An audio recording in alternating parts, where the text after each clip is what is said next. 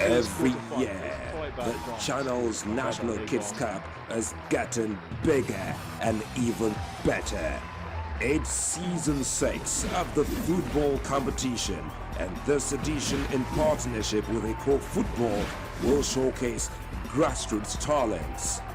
4 primary schools from Lagos State will go against opponents from 12 different states of the federation to determine who will become the champion. Come and witness their actions and thrills as these kids show their love and passion for the beautiful game. For more information, visit channelstv.com. Channels National Kids Cup. We catching them young.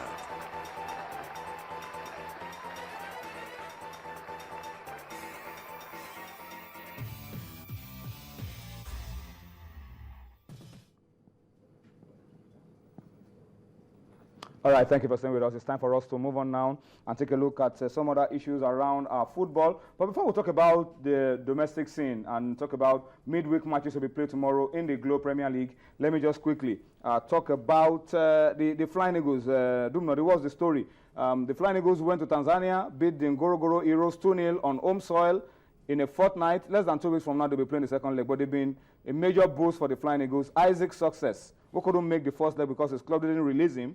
Now it's end of season. It will be available for the second leg. More troubles for Tanzania. More trouble for Tanzania, and then more headache for Coach Emmanuel Baba, because he's going to be spoiled for choice. The guys that went to Dar es Salaam did the job, got the clean sheet, but bringing in an addition is going to be more pressure for him. How to pick these guys? But I think his inclusion, his arrival will boost the team.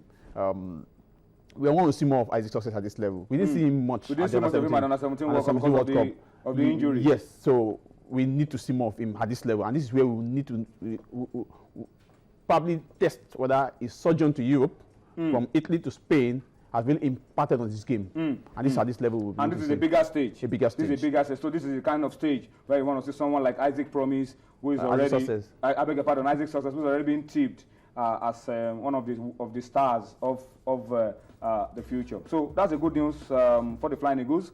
Let's see what Isaac Success brings to the party. Now let's talk about the Glo Premier League very quickly. Midweek matches tomorrow, Dumnodi. Big games. Atlanta against Rangers will be live on Super Sports tomorrow. And so, courtesy of Super Sports, we should be able to show you highlights about this time tomorrow. But it doesn't get bigger than Rangers going to Owerri to confront Atlanta. Massive game that is. 2 teams who have that bragging right. The Atlanta will tell you they've not been relegated. Rangers will tell you they've not been relegated. So I think it's bragging right for the 2 teams. With 2 coaches on the bench who at one point were under intense pressure, but pressure gotten off their back because of their recent result. So for Atlanta, that's they beat Yimba, remember? Rangers is the next team coming among their Eastern rivals, like I used the Oventa rival. So it's one of the biggest games. Let me run through the other fixtures very quickly, and then you pick out some of the star matches. Tomorrow in Katsina, another big game. Lobby Stars will be hosting Warri Wolves.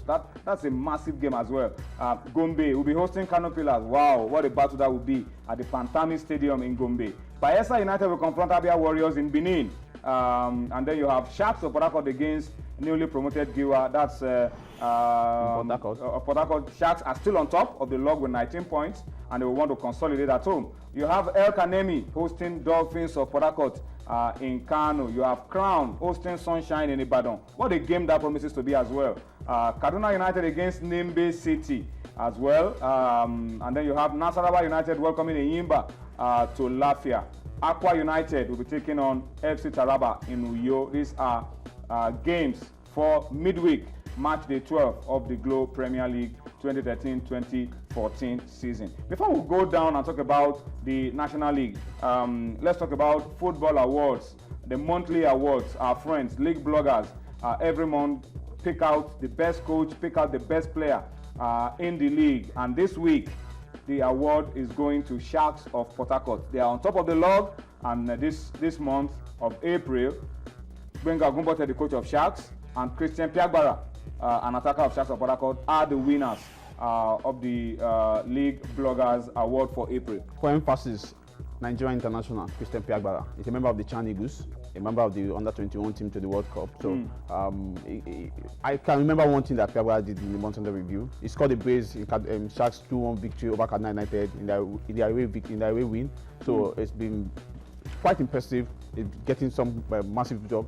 South went stretch 5 games unbeaten, and the results have shown for Benga Ogumbote. We saw the way he almost got annoyed with the kind of result Enyimba. The draw Enyimba got. Yeah, Enyimba got. So, but looking at them, it's time for them to consolidate. Yes, time for them to consolidate. Looking at the coach, he has to beat coaches like Kelechi Emefiele. You have Paul Agbogu, Salisu Yusuf. And these are coaches that are pretty experienced. They are doing well at their club. So for Benga Ogumbote, right now they're on top of the table. So you can't take that away from Sharks on top of the table. And they look to consolidate tomorrow. If they beat Giwa. If they beat Giwa in Port Harcourt. All right. Let's step down and talk about the Nigeria National League. I hope we can get to allow you to see some pictures. Will be rolling on your screen any moment from now. These are actions from the Nigeria National League, the game that was played in Abuja.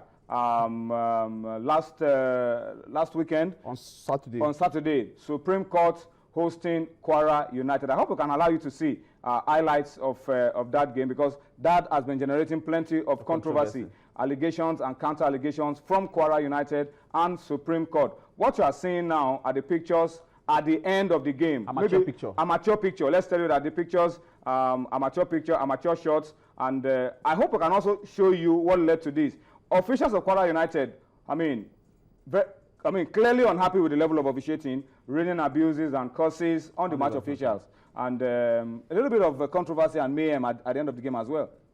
Well, I think the Nigerian National League must take a second look at this video, investigate, and come up with appropriate punishment. This is uncalled for. The game has ended. One.